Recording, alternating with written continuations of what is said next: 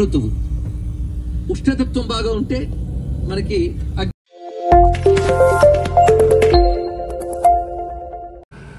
Hi friends, welcome to Tiru vlogs. Friends, ఈరోజు అయితే మనం టెంపుల్కి వచ్చేసినాం. టెంపుల్ ఏంటంటే దేవుళ్ళలో ఏదైనా ఫస్ట్ ఆయనకే చెందాలి. నువ్వు మొక్క అయినా కొబ్బరికాయ అయినా ఆయనకే చెందాలి. ఇక అయితే ఆగస్టు సెప్టెంబర్ వచ్చిందంటే మొత్తం పల్లెటూర్లల్లో సిటీలల్లో గల్లీలల్లో ఎక్కడ పడితే అక్కడ మొత్తం ఆయనదే హంగామా అర్థమై ఉంటుంది. ప్రజెంట్ మనమైతే కాణిపాక టెంపుల్ దగ్గర ఉన్నాం. యాక్చువల్లీ నేను నిన్ననే వచ్చేసిన, కానీ నైట్ 9 దాటిన తర్వాత వచ్చిన. దర్శనం గుడి బంద్ చేసారు, 9 తర్వాత ఉండదట. మళ్ళీ మబ్బులు 5 గంటలకు రెడీ అయినా. 5 గంటల నుంచి 5:30 లోపు ఓన్లీ ఒక హాఫ్ అన్ అవర్ నిజరూప దర్శనం ఉంటుంది. వినాయకుడిది నిజరూప దర్శనం అంటే స్వామివారిని రెడీ చేయక నార్మల్గా ఉంటాడు అన్నమాట. అందుకే ఒక హాఫ్ అన్ అవర్ ఉంది. ప్రజెంట్ అయితే టోకెన్ తీసుకోవాలి, టోకెన్ తీసుకొని వెళ్ళిపోవాలి. గుళ్ళోకి వెళ్ళొచ్చిన తర్వాత స్వామి గురించి మాట్లాడుకుందాం. కౌంటర్ దగ్గరికి వెళ్ళి టోకెన్ అయితే తెచ్చుకున్నాను. 5 నుంచి 5:30 లోపే తొందర వెళ్ళాలి. పోయి వచ్చిన తర్వాత స్వామి గురించి మాట్లాడుకుందాం. టోకెన్కి అయితే ఆధార్ కార్డు ఏం అడగలేదు, బట్ 100 రూపాయలు డబ్బులు అయితే తీసుకున్నారు. ఓకే ఫ్రెండ్స్, స్వామి దగ్గరికి అయితే పోయొచ్చిన. ఈ నిజరూప దర్శనం అయితే జరిగింది. చాలా బాగున్నాడు. మీరు ఆగస్టు 27 నుంచి వినాయక చవితి కాబట్టి ఆగస్టు 27 నుంచి 21 రోజులు స్వామికి పూజలు జరుగుతూనే ఉంటాయి. చాలా మొత్తం ఏర్పాట్లు అయితే జరుగుతున్నాయి. లోపల అసలు మీరు వచ్చినప్పుడు స్వామిని చూడండి. స్వామి ఆ గుడి కూడా చాలా అందంగా ఉంది. లోపల మొత్తం ఆర్కిటెక్ట్ అనేది. ఇంకా గుళ్ళు చాలా ఉన్నాయి. ఇక్కడ పక్కన మణికంఠ స్వామి ఉన్నది. ఆ వినాయక చవితి నుంచి మాత్రం 21 రోజులు పూజలు జరుగుతూనే ఉంటాయి. ఇంకొక విషయం ఏంటంటే స్వామి సైజ్ అనేది రోజు రోజుకి పెరుగుతూ ఉంటుంది. అక్కడ మీరు చూసినట్టయితే పక్కపంటి వెండితో చేయించి పెట్టారు. అంటే స్వామి ఒక 50 సంవత్సరాల ముందు ఎలా ఉన్నాడు, 30 సంవత్సరాలు ఎలా ఉన్నాడు, ఒక్కొక్క విగ్రహం వెండితో చేయించి పెట్టారు. అక్కడ మీకు కనబడుతుంది. అయితే అది మనం నమ్మశక్యంగా ఉంది, బట్ నమ్మాలి.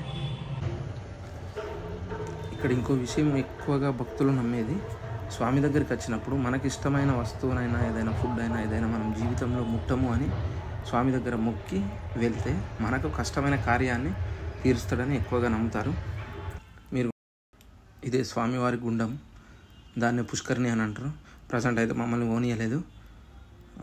6 గంటల తర్వాత పోనిస్తారట. అది స్నానాలు ఇక్కడ లేవు, అట్లా చల్లుకోవడం మాత్రమే మీద. గుళ్ళో వీడియోలు తీస్తుంటే పోలీసులు వచ్చిర్రు, ఫోన్ గుంజేసుకున్నారు. 2-3 వీడియోలు డిలీట్ చేసిర్రు. దేవుని దగ్గర తీసినాయి. మళ్ళీ ఫోన్ తీసుకుపోయి ఉండిలేస్తా అన్నారు.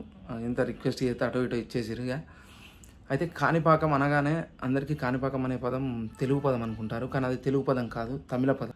పురాణాల ప్రకారం పూర్వం ఒక విహారపురి అనే ఒక గ్రామంలో 3 అన్నదమ్ములు ఉండేవాళ్ళు. ఆ అన్నదమ్ములకు అవిటితనం ఉండేది. అవిటితనంతో పాటు భక్తి కూడా ఎక్కువే ఉండేది.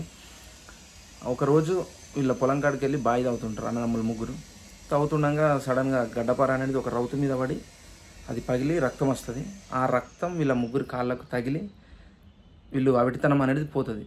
అది వీళ్ళు చూసి షాక్ అయ్యి అది ఏంది అని చెప్పి ఆ బండ మొత్తం తవ్వుతుంటే సడన్గా దేవుడే బయటకు వెళ్ళాడు. అప్పుడు ఊరంతా జనం వచ్చి అక్కడ కొబ్బరికాయలు కొట్టారు. అలాగే ఆ రక్తం మొత్తం ఒక కాలువలా, చిన్నగా కాలువలా పారింది. ఆ ఎకరంన్నర మడినే కాని పరకం అంటారన్నమాట. కాని అంటే ఎకరం పావు మడి తమిళ భాషలో, పరకం అంటే పారడం, అదే కాని పరకం. ఆ కాని పరకం అనేది రాను పరకం అనేది పాకంగా చేశారు, కాణిపాకం.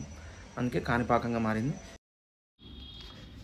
మణికంఠ స్వామి గుళ్ళో ఎంటర్ అయ్యేటప్పుడు పక్కన గార్డెన్లో వినాయకుని రూపాలు చాలా ఉన్నాయి, చూడండి. అలాగే ఒక పెద్ద వినాయకుడు, అలాగే పెద్ద శివుడు, పక్కన పార్వతి, అటు పక్కన కార్తికేయ స్వామి, అందరు ఉంటారు.